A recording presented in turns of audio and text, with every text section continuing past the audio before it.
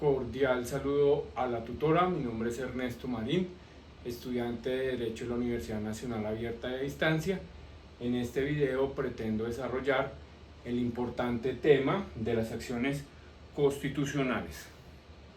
Entonces, en primer término tenemos que la Constitución Política de 1991 consagró diferentes mecanismos para la protección de los derechos humanos, entre ellos la acción de tutela, la acción de cumplimiento, la acción popular y la acción de grupo, que están desarrolladas en los decretos y leyes consignados en la diapositiva. Inicialmente vamos a brevemente a describir las características de la acción de tutela. Entonces, ¿qué es la acción de tutela? Es un mecanismo constitucional de protección de derechos fundamentales cuando han sido vulnerados o amenazados, ya sea por acción o por omisión.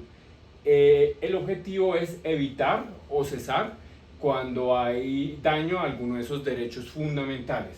¿Para qué sirve?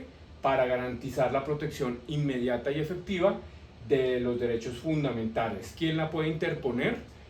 Cualquier persona natural o jurídica directamente afectada. Los personeros, cuando la persona no puede poner la acción de tutela por alguna condición de discapacidad o cuando la persona se lo indica.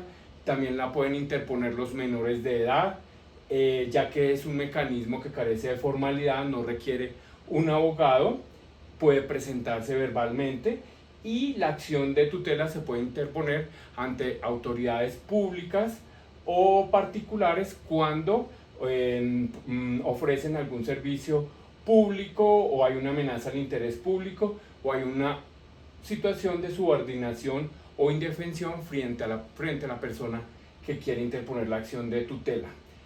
Cuando no es posible interponer una acción de tutela, cuando existen otros recursos, hace relación a una de sus características, que es la subsidiariedad. O por ejemplo, cuando mediante otros mecanismos podemos defender otros derechos, como el derecho a la libertad con el habeas corpus. Tampoco es posible pues inicialmente en derechos colectivos, y hago referencia a eso porque si hay alguna relación entre vulneración de derechos colectivos y derechos fundamentales, como es el caso del desalojo de Usme, en ese momento sí se puede interponer una tutela. Es una acción preferente, es decir, el juez que la va a decidir tiene que tener en cuenta que es algo que se debe solucionar rápido. Es una acción sumaria, o sea, es una acción rápida y no tiene casi caducidad, y también se puede impugnar. ¿Ante quién se interpone? Pues ante cualquier juez de la República, ya sean ordinarios o administrativos, o a tribunales con jurisdicción en el lugar donde sucedieron los hechos. Hay algunas excepciones pues que están determinadas en el decreto 1382 del año 2000. La siguiente acción es la acción de grupo. Es un mecanismo constitucional para la protección de derechos individuales y colectivos, y su objetivo es solicitar una indemnización de prejuicios para cada uno de los integrantes del grupo. Como lo mencioné, pues está diseñada para lograr una indemnización. Se debe dar en grupos mayores de 20 personas.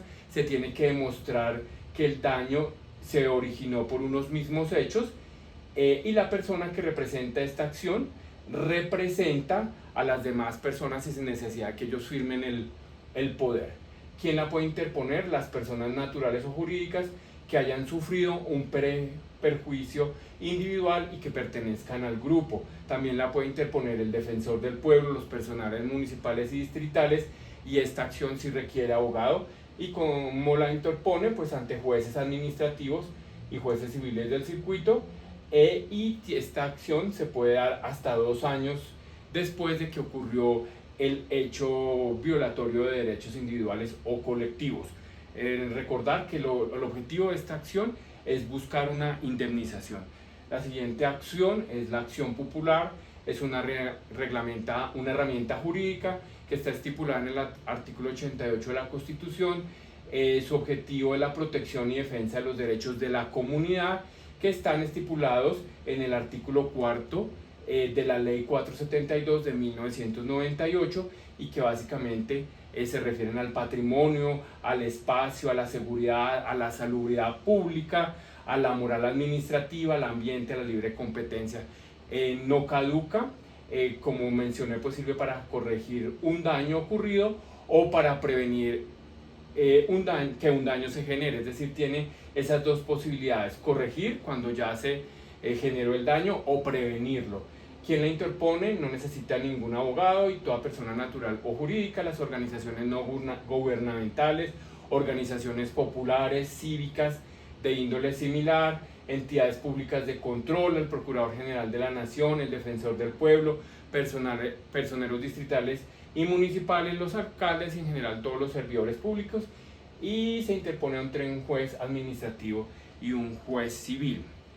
Finalmente, la acción de cumplimiento es una acción constitucional que no es indemnizatoria, se encuentra en el artículo 87 de la Constitución, desarrollada en la Ley 393 de 1997, tampoco tiene caducidad y sirve para hacer efectivo el cumplimiento de una ley o de un acto administrativo.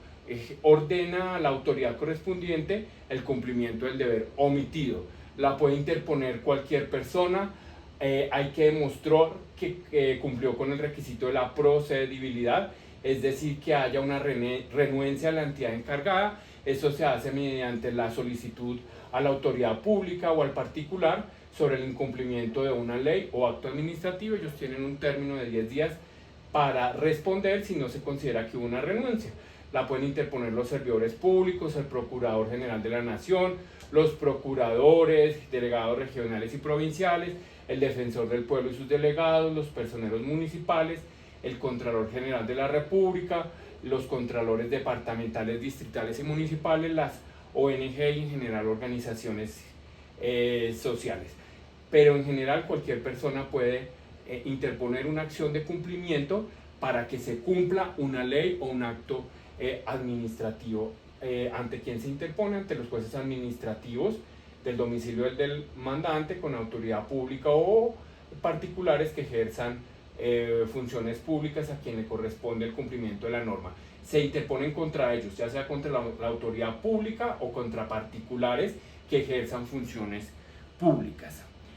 Para nuestro caso del desalojo en Usme, pues tenemos en cuenta esas características de allá. Están siendo las familias, las personas, los niños, las madres desalojadas por la fuerza en un sitio donde han vivido por más de 10 años, están demoliéndoles las viviendas, no han recibido ninguna indemnización ni les han dado alguna alternativa a la vivienda digna, viven en la calle o en refugios improvisados, es decir, ya algunas de esas personas están sufriendo las consecuencias del desalojo y pues ese desalojo se dio sin orden judicial previa, sin garantía a defenderse.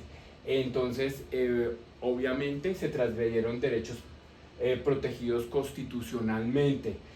Por ejemplo, el derecho a la vivienda digna, que se encuentra estipulado en el artículo 51 de la Constitución colombiana y que a su vez es un reflejo del Pacto Internacional de Derechos Económicos, Sociales y Culturales, y el derecho a la integridad de la persona, que se encuentra en el artículo 12 de la Constitución colombiana, en lo que se refiere a tratos crueles e inhumanos. Y algo muy importante es el derecho al mínimo vital.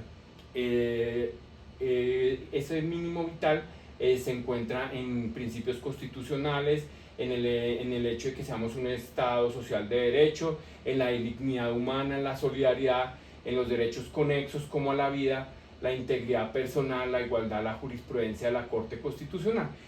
Pues como vemos, estos derechos fundamentales se pueden hablar de que se dan por conexidad, o sea, se considera que hubo una violación a un derecho fundamental en ese desalojo por la conexidad que existe con derecho a la vida, a la integridad de las personas, a la integridad de los niños que fueron afectados, a la igualdad.